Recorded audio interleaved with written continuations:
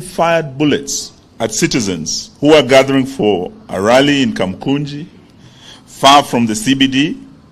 They also fired tear gas into a primary school right here in Nairobi, exposing to mortal danger our very innocent children who had absolutely no idea or who are not involved in any way in these demonstrations.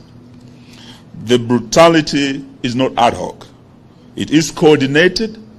It is even ethnicized. A special ethnic-based killer squad has been formed within the larger police service to brutalize and carry out summary execution of citizens in the name of protecting what they have been made to believe is their regime. This squad is taking instructions from an equally ethnic-based command structure that operates outside the official channels of the police service. As if this is not enough, a killer squad that is not part of the police service is being activated to operate as part of the police to brutalize Kenyans. This squad was in its true element yesterday.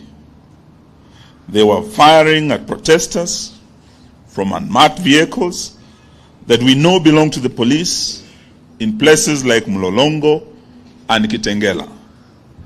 There were murders, injuries, arrests in as diverse places including Machakos, Kisumu, Kisii, Busia, Wote, Emali, Meru, and Kilifi, among others.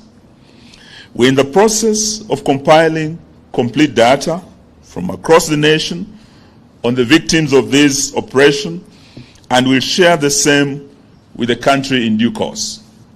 These acts of brutality are running side by side with politically supported acts of ethnic profiling in parts of the country where ethnic-based militias are being formed and facilitated to attack other communities with crude weapons with the support of the state.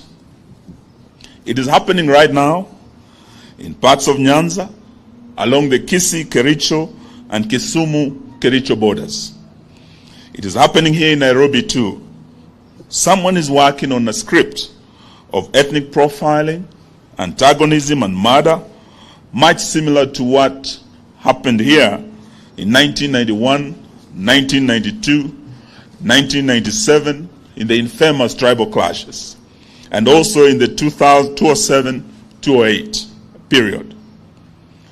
The world has known of the butcher of Cambodia. This was before other butchers. Today, it will appear there is a butcher of Kenya in the making. We call on Kenyans to refuse to be intimidated in their own country. We urge Kenyans to be firm and to resist this deliberate effort to turn the National Police Service into a killer squad for hire by politicians and the regime suffering acutely from legitimacy deficit. We are going beyond merely condemning this emerging pattern. We have instructed our lawyers to prepare and institute local proceedings against police officers who have gone against their duty of protecting life and property of Kenyans and instead have become a threat to the very citizens they're supposed to protect.